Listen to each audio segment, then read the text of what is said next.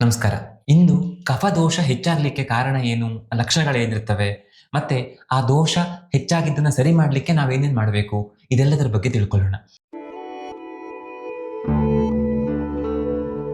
ಇದು ಯಾಕೆ ಇಂಪಾರ್ಟೆಂಟ್ ಅಂತಂದ್ರೆ, ನಾವು ಎಷ್ಟೋ ಬಾರಿ ಇದನ್ನ ಅರ್ಥ ಮಾಡ್ಕೊಂಡು ಅದ್ರ ತಕ್ಕ ಹಾಗೆ ಬದುಕ್ಬಿಟ್ರೆ, ಎಷ್ಟೋ ಸಮಸ್ಯೆಗಳು ನಮಗೆ ಬರೋದಿಲ್ಲ. ಬಂದಿದ್ರೂ ಕೂಡ ನಮ್ಮ ದಿನಚರಿಯಲ್ಲಿ ಚಿಕ್ಕ ಪುಟ್ಟ ವ್ಯತ್ಯಾಸ ಮಾಡ್ಕೊಂಡು ನಾವು ಸರಿ ಮಾಡ್ಕೊಳ್ಳಿಕ್ಕೆ ಸಾಧ್ಯ ಆಗುತ್ತೆ.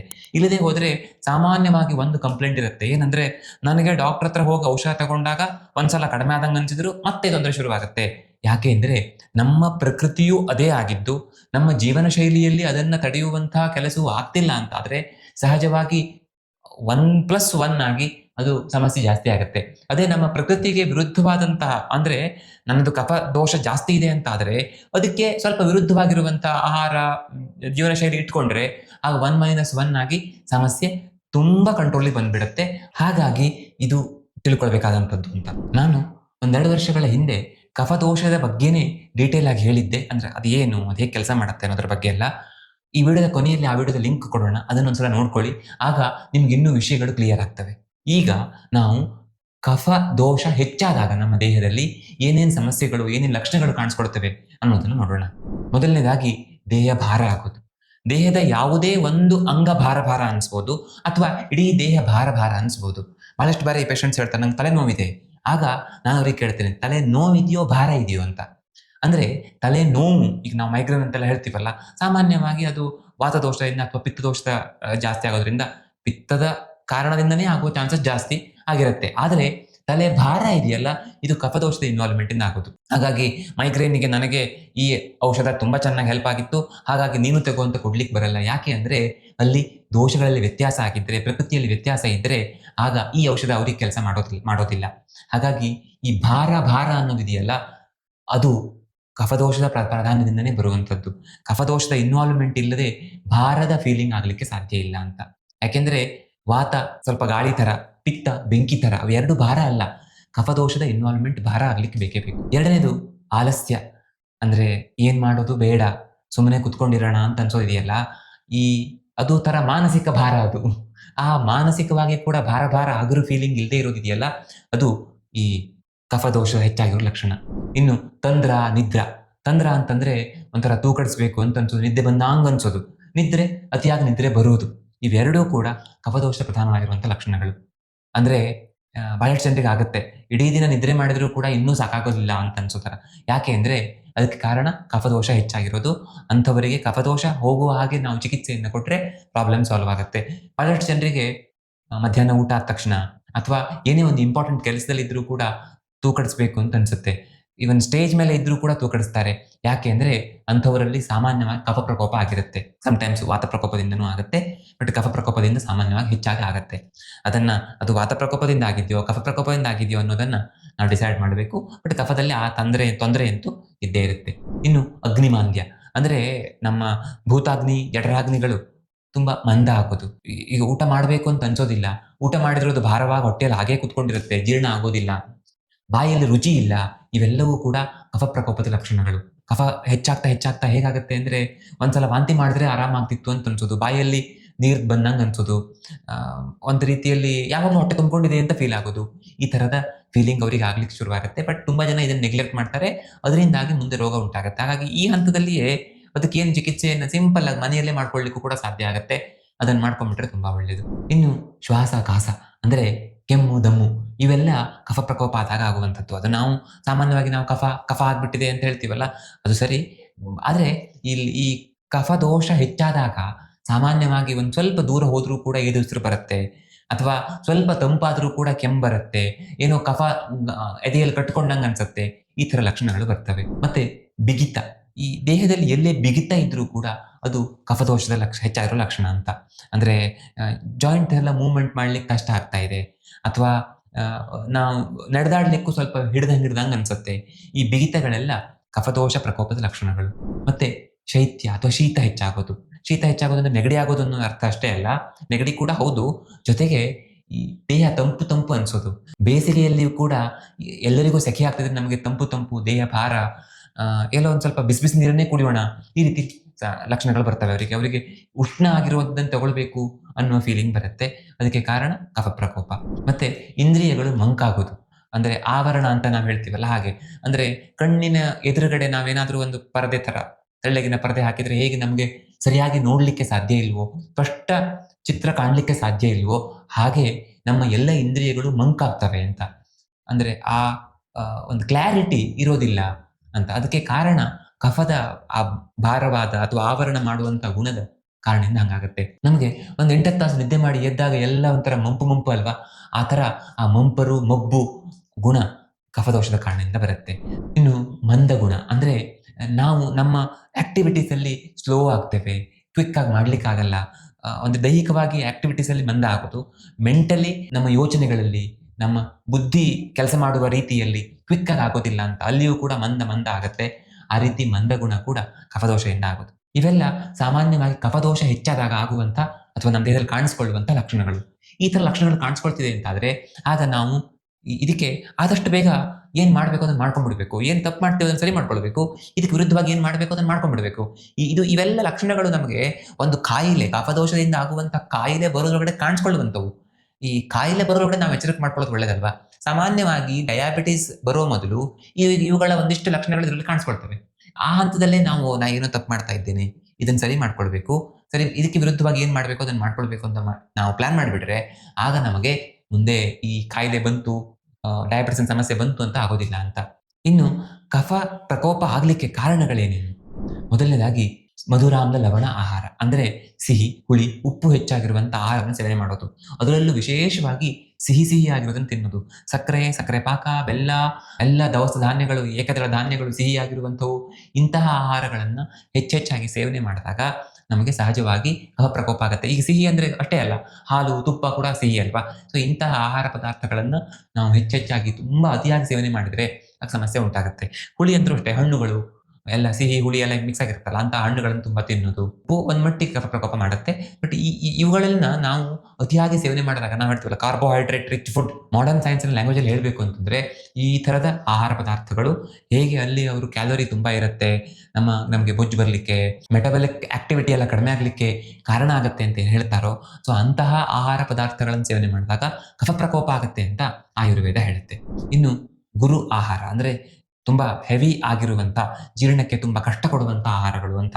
ಅಂದ್ರೆ ಕರಿದ ಪದಾರ್ಥಗಳು, ಜಂಕ್ ಫುಡ್, ನಾವು ಬೇಕರಿಯಿಂದ ತಿನ್ನೋದಿದೆಯಲ್ಲ ಅಂತಹ ಆಹಾರ ಪದಾರ್ಥಗಳನ್ನ ಎಷ್ಟು ಹೆಚ್ಚು ಸೇವನೆ ಮಾಡ್ತೀವೋ ಅಷ್ಟು ಕಫದೋಷ ಪ್ರಕೋಪಿತ ಆಗತ್ತೆ. ಹಾಗಾಗಿ ಎಲ್ಲವೂ ಕೂಡ ಬ್ಯಾಲೆನ್ಸ್ ಇರಬೇಕು ಅಂತ, ಯಾವುದೂ ಅತಿಯಾಗಿ ಆಗ್ಬಾರ್ದು.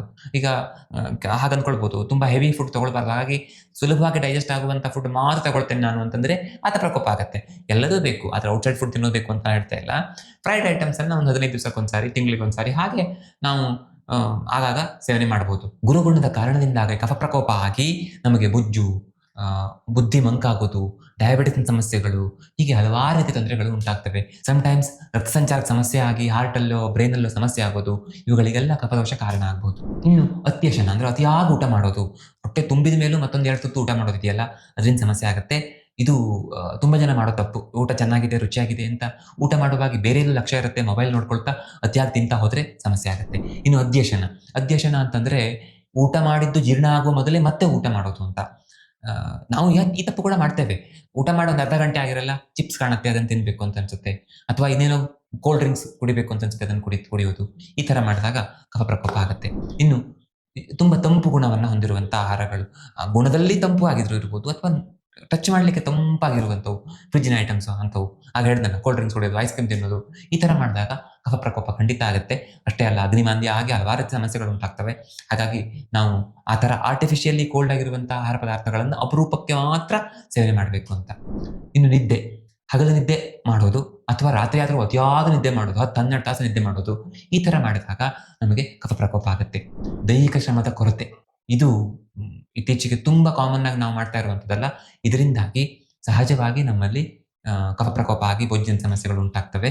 ಇದೆಲ್ಲ ನಾವು ತಪ್ಪು ಮಾಡ್ತಾ ಇದೀವಿ ಅಂತ ನೋಡ್ಕೊಂಡು ಅದನ್ನ ಸರಿ ಮಾಡ್ಕೊಳ್ಬೇಕು. ಈ ದೈಹಿಕ ಶ್ರಮ ಅಷ್ಟೇ ಅಲ್ಲ, ಮಾನಸಿಕ ಶ್ರಮದ ಕೊರತೆ ಆದ್ರೂ ಆಗತ್ತೆ. ಅಂದ್ರೆ ದೇಹಕ್ಕೂ ಕೆಲಸ ಕೊಡಲ್ಲ, ಮನಸ್ಸಿಗೂ ಕೆಲಸ ಕೊಡಲ್ಲ, ಆರಾಮಾಗಿ ಬಿದ್ಕೊಂಡಿರ್ತೇನೆ ಅಂತ ಆದ್ರೆ ಆಗ ಕೂಡ ಕಫ ಪ್ರಕೋಪ ಆಗತ್ತೆ. ಅಟ್ಲೀಸ್ಟ್ ನಾವು ಮನಸ್ಸಿಗೆ ಕೆಲಸ ಕೊಟ್ಟು ಯಾವುದೋ ಒಂದು ಪ್ರಾಬ್ಲಮ್ ಇದೆ ಅದನ್ನು ಸಾಲ್ವ್ ಮಾಡಬೇಕು. ಅಥವಾ ಸ್ಟೂಡೆಂಟ್ಸ್ ಅವರು ದೈಹಿಕವಾಗಿ ಕೆಲಸ ಮಾಡ್ತಾ ಇಲ್ಲ ಆದ್ರೆ ಮಾನಸಿಕವಾಗಿ ಎಷ್ಟೋ ವಿಷಯಗಳನ್ನ ನೆನಪಿಟ್ಕೊಳ್ಳಿಕ್ಕೆ, ಅವರ ಮ್ಯಾಥ್ಸ್ ಅಲ್ಲಿ ಪ್ರಾಬ್ಲಮ್ ಸಾಲ್ವ್ ಮಾಡ್ಲಿಕ್ಕೆ ಬುದ್ಧಿಯನ್ನು ಉಪಯೋಗಿಸ್ಲಿಕ್ಕೆ ಶುರು ಮಾಡಿದ್ರೆ ಆಗ ಆ ದೋಷಗಳು ಕಡಿಮೆ ಆಗಲಿಕ್ಕೆ ಅನುಕೂಲ ಆಗುತ್ತೆ. ಅದು ಮಾಡಲಿಲ್ಲ ಅಂದರೆ ಕಫ ಪ್ರಕೋಪ ಆಗುತ್ತೆ. ಆದರೆ ಇದರ ಅರ್ಥ ಮನಸ್ಸಿಗೆ ಟೆನ್ಷನ್ ತಗೊಳ್ಬೇಕು ಅಂತಲ್ಲ, ಮನಸ್ಸನ್ನು ಕೆಲಸಕ್ಕೆ ಹಚ್ಚಬೇಕು ಅಂತ. ಇನ್ನು ವಾತಾವರಣದಲ್ಲಿ ಕೂಡ ಕೆಲವು ತುಂಬ ಡ್ಯಾಂಪ್ನೆಸ್ ಇರುವಂಥ ವಾತಾವರಣದಲ್ಲಿ ಇರೋದು ಅಂತ. ಆಯುರ್ವೇದ ಏನು ಹೇಳುತ್ತೆ ಅಂತಂದರೆ, ಈ ಬಯಲು ಸೀಮೆಯ ವಾತಾವರಣ ಇದೆಯಲ್ಲ ಆರೋಗ್ಯ ತುಂಬ ಒಳ್ಳೆಯದು ಅಂತ. ಅಲ್ಲಿ ಬಿಸಿಲು ಗಾಳಿ ಜಾಸ್ತಿ, ಮರ ನೀರು ಕಡಿಮೆ. ಅದೇ ಈ ಮಲೆನಾಡಿನ ವಾತಾವರಣದಲ್ಲಿ ಮರ ಮತ್ತೆ ನೀರು ತುಂಬಾ ಜಾಸ್ತಿ. ಇದು ಆರೋಗ್ಯಕ್ಕೆ ಅಷ್ಟು ಒಳ್ಳೆಯದಲ್ಲ ಅಂತ. ಇದು ಕಫ ಪ್ರಕೋಪವನ್ನು ಉಂಟು ಮಾಡುವಂಥ ವಾತಾವರಣ. ಇಂಥ ವಾತಾವರಣದಲ್ಲಿ ಸಾಧ್ಯವಾದಷ್ಟು ನಾವು ಕಡಿಮೆ ಇರಲಿಕ್ಕೆ ಪ್ರಯತ್ನ ಮಾಡಬೇಕು ಅಂತ. ಕೆಲವೊಮ್ಮೆ ಕೆಲವು ಪೇಷಂಟ್ಸ್ ಇದ್ದಾರೆ, ಅವರು ಮನೆಗೆ ಹೇಗೆ ಅಂತಂದ್ರೆ ಪಕ್ಕದಲ್ಲಿ ನದಿ ಹರಿದಂಗೆ ಹರಿತಾ ಇರುತ್ತೆ, ಮನೆಯ ಸುತ್ತಲೂ ತೋಟ ಅಥವಾ ಕಾಡಿರುತ್ತೆ, ಮನೆ ಒಳ್ಳೆ ತಗ್ನಲ್ಲಿದ್ದು ಅಲ್ಲಿ ಫುಲ್ ತಂಪಾಗಿರುತ್ತೆ. ಈ ಥರ ವಾತಾವರಣದಲ್ಲಿ ಇದ್ದರೆ ಸಹಜವಾಗಿ ಕಫ ಪ್ರಕೋಪದಿಂದ ಉಂಟಾಗುವಂಥ ದಮ್ಮು, ದೇಹ ಭಾರ ಅನ್ಸೋದು, ತಲೆಭಾರ, ಸೈನಸೈಟಿಸ್, ಬ್ರಾಂಕೈಟಿಸ್ ಈ ಥರ ಸಮಸ್ಯೆಗಳೆಲ್ಲ ಉಂಟಾಗ್ತಾ ಇರ್ತವೆ. ಹಾಗಾಗಿ ನಾವು ಆದಷ್ಟು ಬೆಳಕು ಹೆಚ್ಚು ಮನೆಯ ಮೇಲೆ ಬೀಳುವಂಥ ಮತ್ತೆ ತುಂಬಾ ದಟ್ಟವಾದ ಕಾಡು ಅಲ್ಲದೆ ಇರುವಂಥ ಕಡೆಯಲ್ಲಿದ್ದರೆ ಹೆಚ್ಚು ಒಳ್ಳೆಯದು. ಆದಷ್ಟು ಅಟ್ಲೀಸ್ಟ್ ಅದಾಗೋದಿಲ್ಲ ಅಂತಾದರೆ ನಮ್ಮ ಯಾವ ಕೋಣೆಯಲ್ಲಿ ಬೆಳಕು ಬೀಳುತ್ತೋ ಸೂರ್ಯನ ಬೆಳಕು ಅಂಥ ಕಡೆ ಇರ್ಬೋದು. ಅದು ಸಾಧ್ಯ ಇಲ್ಲ, ಎಲ್ಲೋ ಮನೆಯನ್ನು ಪೂರ್ತಿ ಬೇರೆ ಕಡೆ ಶಿಫ್ಟ್ ಮಾಡಲಿಕ್ಕೆ ಸಾಧ್ಯ ಇಲ್ವಲ್ಲ. ಹಾಗಾಗಿ ಅದು ಸಾಧ್ಯ ಇಲ್ಲ ಅಂತಾದರೆ ನಾವು ಸ್ವಲ್ಪ ಬಿಸಿಲಿಗೆ ಮೈ ಒಡ್ಡೋದು ಇದೆಲ್ಲ ಮಾಡಿಕೊಂಡ್ರೆ ಇದರಿಂದ ಆಗುವ ತಪ್ಪನ್ನು ನಾವು ಸರಿ ಮಾಡ್ಕೊಳ್ಳಿಕ್ಕೆ ಸಾಧ್ಯ. ಇನ್ನು ಕಫ ಪ್ರಕೋಪ ಆಗಿಬಿಟ್ಟಿದೆ, ಇದಕ್ಕೇನು ಪರಿಹಾರ ಅಂತಂದರೆ ಸ್ವಲ್ಪ ಹೆಚ್ಚಿನ ಪ್ರಮಾಣದಲ್ಲಿ ಕಡು ತಿಕ್ತ ಕಷಾಯ ರಸ ಇರುವಂಥ ಆಹಾರಗಳ ಸೇವನೆ ಮಾಡೋದು. ಅಂದರೆ ಖಾರ, ಕಹಿ ಮತ್ತು ಒಗರು ಟೇಸ್ಟ್ ಇರುವಂಥ ಆಹಾರಗಳ ರಸಗಳ ಸೇವನೆ. ಉದಾಹರಣೆಗೆ ಖಾರ ಇರುವಂಥ ಪದಾರ್ಥಗಳು, ಅಡುಗೆಯಲ್ಲಿ ಸ್ವಲ್ಪ ಹೆಚ್ಚು ಖಾರ ತಿನ್ನೋದು ಅಂತ. ಆಮೇಲೆ ತುಂಬ ಕಹಿ ಇರುವಂಥ ಪದಾರ್ಥಗಳನ್ನು ಮಾತ್ರ ಒಂದು 2-3 ದಿವಸ ಹೆಚ್ಚಾಗಿ ಬಳಕೆ ಮಾಡೋದು. ಹಾಗಲಕಾಯಿ ಅಥವಾ ಕೆಲವು ಸೊಪ್ಪುಗಳು, ಅದು ಒಗರು ಟೇಸ್ಟ್ ಇರ್ತವೆ. ಕಹಿ ಬೇವಂಥ ಪದಾರ್ಥಗಳು ಇಂಥವುಗಳನ್ನು ಆಗಾಗ ಸೇವನೆ ಮಾಡಬೇಕು. ಆದರೆ ಇದ್ಯಾವುದು ಅತಿ ಆಗಬಾರ್ದು. ಯಾಕೆಂದರೆ ಕಫ ಪ್ರಕೋಪ ಆದರೂ ಅದನ್ನು ಸರಿ ಮಾಡಲಿಕ್ಕೆ ಅಷ್ಟು ಕಷ್ಟ ಆಗ್ಲಿಕ್ಕಿಲ್ಲ. ಆದರೆ ಅತಿಯಾಗಿ ಕಹಿ ಎಲ್ಲ ತಿಂದು ವಾತ ಪ್ರಕೋಪ ಆಗಿಬಿಟ್ರೆ ಸ್ವಲ್ಪ ಕಷ್ಟನೇ ಆಗುತ್ತೆ. ಮತ್ತೆ ಸ್ಪೈಸಸ್ ಅಂದರೆ ಕೊತ್ತಂಬರಿ ಬೀಜ, ಜೀರಿಗೆ, ಶುಂಠಿ, ಕಾಳುಮೆಣಸು, ಲವಂಗ, ದಾಲ್ಚಿನ್ನಿ ಇಂತಹ ಪದಾರ್ಥಗಳನ್ನು ನಾವು ಹೆಚ್ಚೆಚ್ಚಾಗಿ ಸೇವನೆ ಮಾಡಿದರೆ ಆಗ ಕಫ ಶಮನ ಆಗುತ್ತೆ, ಮತ್ತೆ ವಾತ ಶಮನ ಕೂಡ ಆಗುತ್ತೆ. ಕಫ ಶಮನ ಆಗ್ತಾ ಹೋದರೆ ಆಯಾ ದಿನಕ್ಕೆ ಆ ಥರ ನಾವು ಕಷಾಯವನ್ನೆಲ್ಲ ಮಾಡ್ಕೊಂಡು ಕುಡಿತಾ ಇದ್ರೆ ಆಗ ಪದೇ ನೆಗಡಿ ಆಗೋದು, ಜ್ವರ ಬರೋದು, ಕಫ ಆಗೋದು, ಕೆಮ್ಮು ಮತ್ತೆ ಗುಜ್ಜು ಬರೋದು, ಡಯಾಬಿಟಿಸ್ ಬರೋದು ಇಂಥದ್ದೆಲ್ಲ ಸಮಸ್ಯೆಗಳು ದೂರ ಆಗಲಿಕ್ಕೆ ಸಾಧ್ಯ ಆಗುತ್ತೆ. ಇವೆಲ್ಲ ಕಫ ಪ್ರಕೋಪದಿಂದ ಆಗುವಂಥದ್ದಲ್ಲ. ಅದಕ್ಕೆ ನಾವು ಸಾಧ್ಯವಾದಷ್ಟು ಈ ಸಾಂಬಾರ ಪದಾರ್ಥಗಳನ್ನು ನಿತ್ಯ ನಮ್ಮ ಅಡುಗೆಯಲ್ಲಿ ನಾವು ಊಟ ಮಾಡುವಾಗ ಅಥವಾ ತಿಂಡಿ ತಿನ್ನುವಾಗ ಬಿಸಿನೀರು ಹಿಂಗೆ ಕುಡಿತೇವೆ ಅಂದರೆ ಆಗ ಅವೆಲ್ಲ ನಾವು ಬಳಕೆ ಮಾಡಲಿಕ್ಕೆ ಪ್ರಯತ್ನ ಮಾಡಬೇಕು ಹೆಚ್ಚೆಚ್ಚಾಗಿ. ಮತ್ತೆ ಕಫ ಪ್ರಕೋಪ ತುಂಬ ಆಗಿದೆ ಅಂತ ಆದರೆ ಮಿಲೆಟ್ಸ್ ಸಿಕ್ಕಾಪಟ್ಟೆ ಹೆಲ್ಪ್ಫುಲ್. ಮಿಲೆಟ್ಸ್ ಅನ್ನು ಸೇವನೆ ಮಾಡ್ಬೋದು, ಸ್ವಲ್ಪ ತುಪ್ಪ ಹಾಕೊಂಡು ಸೇವನೆ ಮಾಡಬೇಕು. ಮತ್ತೆ ಈ ಬಾರ್ಲಿ ಅಂತ ಪದಾರ್ಥಗಳು, ನಾವು ಅಕ್ಕಿ, ಗೋಧಿ, ಜೋಳ ಇಂಥವುಗಳ ಜಾಗದಲ್ಲಿ ಸ್ವಲ್ಪ ಒಂದು ಸಣ್ಣ ಪೋರ್ಷನ್ ಆದರೂ ಬಾರ್ಲಿಗೆಲ್ಲ ಕೊಡಬಹುದು. ಅದರಿಂದ ನಮಗೆ ಖಂಡಿತ ಕಫದೋಷ ಕಂಟ್ರೋಲ್ ಬರಲಿಕ್ಕೆ ಹೆಲ್ಪ್ ಆಗುತ್ತೆ. ಹಾಗಾಗಿ ಇದನ್ನು ಬುಜ್ಜಿನಲ್ಲಿ, ಡಯಾಬಿಟಿಸ್ನಲ್ಲೆಲ್ಲ ತಗೊಳ್ಳಿಕ್ಕೆ ಹೇಳ್ತಾರೆ ಆಯುರ್ವೇದದಲ್ಲಿ. ಮಾಡರ್ನ್ ಸೈನ್ಸ್ ಕೂಡ ಅದರ ಗ್ಲೈಸೆಮಿಕ್ ಇಂಡೆಕ್ಸ್ ಸ್ವಲ್ಪ ಕಡಿಮೆ ಅಂತ ಹೇಳುತ್ತೆ. ಮಿಲೆಟ್ಸ್ ಕೂಡ ಕಡಿಮೆ ಇದೆ, ಹಾಗಾಗಿ ಅಂಥವನ್ನು ಸೇವನೆ ಮಾಡಬಹುದು. ಇನ್ನು ಊಟ ಮಾಡುವಾಗ ಲಘು ಭೋಜನ ಸರಿ.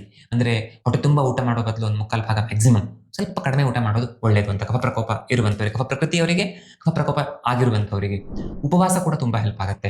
ನಿತ್ಯ ಸಾಧ್ಯ ಆದರೆ 16 ತಾಸು ಅಥವಾ 14-12 ತಾಸಾದರೂ ಉಪವಾಸ ಮಾಡೋದು ಒಳ್ಳೆಯದು. ಅಂದರೆ ರಾತ್ರಿ ಊಟವನ್ನು ಸ್ವಲ್ಪ ಬೇಗ ಮುಗಿಸಿ ಬೆಳಿಗ್ಗೆ ಬ್ರೇಕ್ಫಾಸ್ಟ್ ಮಾಡೋದು, ಈ ಥರ ಮಾಡೋದು ಒಳ್ಳೆಯದು. ವಾರಕ್ಕೊಂದಿನ ಅಥವಾ ತಿಂಗಳಿಗೆ 1-2 ಬಾರಿ ಆದರೂ ಉಪವಾಸ, ಇಡೀ ದಿನ ಉಪವಾಸ ಮಾಡೋ ರೂಢಿ ಇಟ್ಟುಕೊಂಡ್ರೂ ಕೂಡ ಪ್ರಕೃತಿಯವರಿಗೆ ಕಫ ಪ್ರಕೋಪದಿಂದ ಸಮಸ್ಯೆ ಉಂಟಾದವರಿಗೆ ತುಂಬಾ ಹೆಲ್ಪ್ ಆಗುತ್ತೆ. ಜೇನುತುಪ್ಪ ಸಿಕ್ಕಾಪಟ್ಟೆ ಹೆಲ್ಪ್ಫುಲ್. ಕಫ ಪ್ರಕೃತಿಯವರು ಮತ್ತೆ ಕಫ ವಿಕೃತಿಯಿಂದ ಬಳಲ್ತಾ ಇರುವಂಥವರು ಜೇನುತುಪ್ಪವನ್ನು ನಿತ್ಯ ಸೇವನೆ ಮಾಡ್ಬೋದು, ಏನೂ ತೊಂದರೆ ಇಲ್ಲ. ಯಾಕೆಂದ್ರೆ ಜೇನುತುಪ್ಪಕ್ಕೆ ಕಫಕ್ಕೆ ವಿರುದ್ಧವಾಗಿ ಇರಬೇಕಾದ ಎಲ್ಲ ಗುಣಗಳಿವೆ. ಹಾಗಾಗಿ ಅದನ್ನು ನಾವು ಸೇವನೆ ಮಾಡಬೇಕು ಅಂತ. ಶುದ್ಧವಾದ ಜೇನುತುಪ್ಪ ಸಿಗಬೇಕಷ್ಟೇ. ಇನ್ನು ವ್ಯಾಯಾಮ, ಒಳ್ಳೆಯ ರೀತಿಯಲ್ಲಿ ವ್ಯಾಯಾಮ ಮಾಡಬೇಕು, ಬಿಸಿಲಿಗೆ ಮೈಯೊಡ್ಡಬೇಕು, ಇವುಗಳೆಲ್ಲ ತುಂಬಾ ಹೆಲ್ಪ್ ಆಗ್ತವೆ. ಉದ್ವರ್ತನ ಕೇವಲ ಕಫದೋಷವನ್ನು ಕಂಟ್ರೋಲ್ ಮಾಡೋದು ಒಂದೇ ಅಲ್ಲ, ಹೆಚ್ಚಾಗಿರುವಂತಹ ಬೊಜ್ಜನ್ನು ಕೂಡ ಕಡಿಮೆ ಮಾಡುತ್ತೆ. ಹಾಗಾಗಿ ಯಾರ್ಯಾರಿಗೆ ಆ ಥರ ಸಮಸ್ಯೆ ಇದೆಯೋ ಒಂದು 3 ತಿಂಗಳು ನಿತ್ಯ ಉದ್ವರ್ತನ ಮಾಡ್ಕೊಂಡು ನೋಡಿ. ಉದ್ವರ್ತನದ ಲಿಂಕ್ ಅನ್ನ ಡಿಸ್ಕ್ರಿಪ್ಷನ್ ನಲ್ಲಿ ಕೊಟ್ಟಿರೋಣ, ನೋಡ್ಕೊಳ್ಳಿ. ಅಥವಾ ಉದ್ವರ್ತನ ಡಾಕ್ಟರ್ ವಿನಾಯಕ್ ಕೆಬ್ಬರ್ ಅಂತ ಸರ್ಚ್ ಮಾಡಿದ್ರೆ ನಿಮ್ಗೆ ಆ ವಿಡಿಯೋ ಸಿಗುತ್ತೆ, ನೋಡ್ಕೊಳ್ಬಹುದು.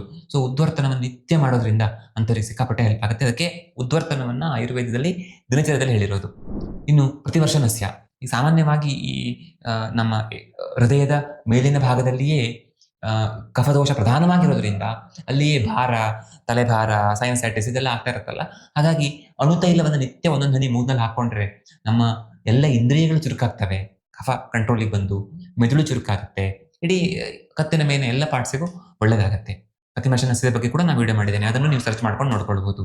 ಮತ್ತೆ ಕೊನೆಯಲ್ಲಿ ಯಾವುದು ಸೊಲ್ಯೂಷನ್ ಸಿಗಲಿಲ್ಲ ಅಂತಾದ್ರೆ ಕೊನೆಯ ರಾಮಬಾಣ ಏನು ಅಂತಂದ್ರೆ ವಮನ. ವಮನ ಅನ್ನುವಂತಹ ಪಂಚಕರ್ಮ ಚಿಕಿತ್ಸೆಯನ್ನು ಮಾಡಿಸಿಕೊಂಡ್ರೆ ಎಕ್ಸಲೆಂಟ್ ರಿಸಲ್ಟ್ ಬರುತ್ತೆ. ಕಫದೋಷದಿಂದ ಆದಂತಹ ಎಲ್ಲ ಕಾಯಿಲೆಗಳಲ್ಲಿ ವಮನ ಸಿಕ್ಕಾಪಟ್ಟೆ ಹೆಲ್ಪ್ಫುಲ್. ಅದನ್ನ ಆಯುರ್ವೇದ ವೈದ್ಯರ ಹತ್ರ ಹೋಗಿ ಮಾತಾಡಿಕೊಂಡು ನೀವು ಚಿಕಿತ್ಸೆಯನ್ನು ಮಾಡಿಸ್ಕೊಳ್ಬಹುದು. ಸಂಕ್ಷಿಪ್ತವಾಗಿ ನಿಮಗೆ ಕಫದೋಷದ ಬಗ್ಗೆ ಏನೇನು ತಿಳ್ಕೊಳ್ಬೇಕೋ ಅವುಗಳನ್ನೆಲ್ಲವನ್ನ ನಾನು ಹೇಳಿದ್ದೇನೆ. ಮುಂದಿನ ವಿಡಿಯೋದಲ್ಲಿ ಮತ್ತೆ ಸಿಗೋಣ. ಧನ್ಯವಾದ.